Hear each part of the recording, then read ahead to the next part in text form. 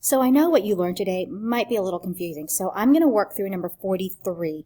That way if you got stuck on it tonight, you can see where you're stalling out and hopefully be able to solve number 44 on your own. So I am going to work number 43.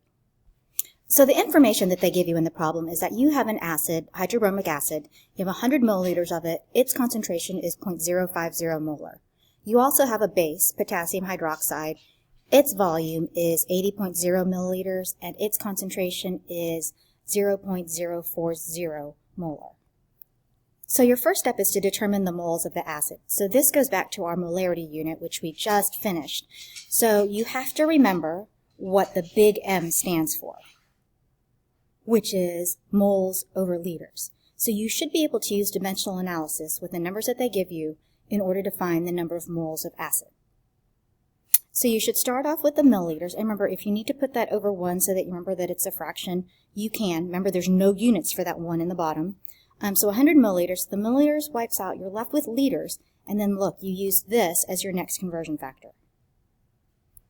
So you plug in molarity. Remember, you have to change the units to being moles over liters instead of the big M. Make sure that this M that you have there is lowercase and that it's MOL. Then you plug this all into your calculator, and you should get 0.0050 moles of HBr. You need 2 sig figs. And then you're going to do the same thing with base. So you're going to take the 80.0 milliliters of solution, and you're going to figure out how many moles of base you have. So again, remember that when they give you the big M, that really is moles over liters. So you're going to be able to use that as a conversion factor because you need to get rid of liters here. And so you should get 0.0032 moles of KOH.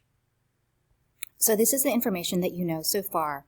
You were given that the volume and the molarity, and you just solved for the number of moles of each. So now you're on to step 2. So your job now is to write the balanced equation, and then you're going to subtract the smallest number of moles. This is an acid plus a base, so this is a neutralization reaction. And remember, that just means it's a special kind of double displacement reaction. So everybody just changes partners. Remember to list the cation first. So your product should have been water and potassium bromide. Now I'm going to write my number of moles underneath my acid and my base. And once you do that, then you're going to look for which one is the smallest, because that's how much you're going to use up. And in this case, 0.0032 is the smallest, so that's what we're going to use up. And when we use it up, we say we subtract it because it's gone after we use it up. And if we use up some of this, then we're also going to use up some of this. And then you have to subtract. And when you do that, it shows you that you used up all of this and there's none of it left, but you have leftover acid. So what's happened is all the base has been neutralized, but you have leftover acid. So since all the base has been used up, the pH that you're going to have to solve for is going to be dependent upon the acid that is left over. So you don't care about how much you started off with anymore with the acid. You're going to look at how much was left over after it reacted with the base. We've done problems like this before. We just didn't do it with volumes. So if you remember, the one that's all used up, we call this our limiting reactant. And the one that you have left over, that's your excess reactant. So it's your excess reactant that's going to control pH of this solution. So you need to find the concentration of the leftover acid. So remember, our unit of concentration is molarity. And molarity is moles over liters. And so what you need to find is the number of moles of acid and the number of liters of solution. So you're going to divide the moles that are left over by the total volume, but it needs to be in liters. So you just calculated that you have 0.0018 moles of HBr, and you'd have to go back to the original problem to figure out how much volume you had. And you have to remember that you're putting these two things together. So you have this volume and this volume coming together for your total volume. So then remember, once you get the total volume at the bottom, you need to make sure that you're in the right units, and you want liters, so you have to do a conversion.